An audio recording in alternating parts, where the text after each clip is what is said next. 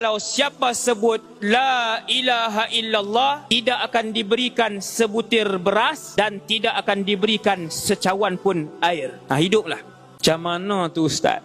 Sebab itu, fitnah ini, fitnah terbesar alam ini, diminta berlindung daripadanya sejak daripada zaman Nabi Nuh alaihi salam, bukan zaman Nabi Muhammad.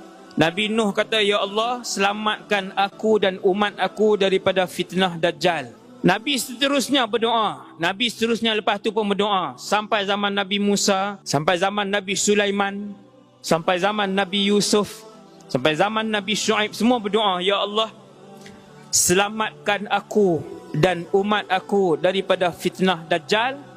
Sehinggalah zaman Nabi Muhammad sallallahu alaihi wasallam, Nabi pun ajar, sehari paling sedikit Nabi Muhammad sallallahu alaihi wasallam berdoa kepada Allah sebanyak 5 kali, diselamatkan oleh Allah daripada fitnah Dajjal, iaitu tiap-tiap kali Nabi semayang selepas tahiyat akhir, fil alamin innaka hamidum majid, Nabi pun berdoa, Allahumma inni a'udzubika min azabi jahannam wa min fitnatil mahya wal mamat wa min fitnatil masihid dajjal.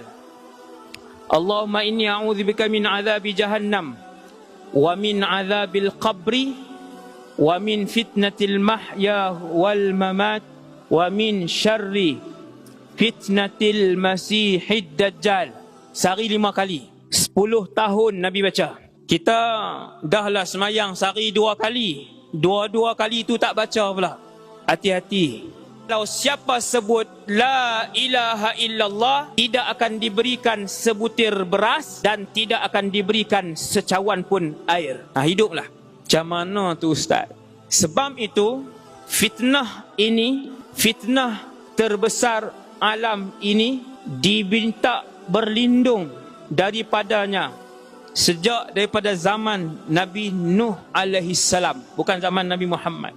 Nabi pun ajar, sehari paling sedikit Nabi Muhammad sallallahu alaihi wasallam berdoa kepada Allah sebanyak 5 kali, diselamatkan oleh Allah daripada fitnah Dajjal, iaitu tiap-tiap kali Nabi semayang selepas tahiyat akhir, fil alamin innaka hamidum majid, Nabi pun berdoa, Allahumma inni a'udzubika min azabi jahannam wa min fitnatil mahya wal mamat wa min fitnatil masihid dajjal.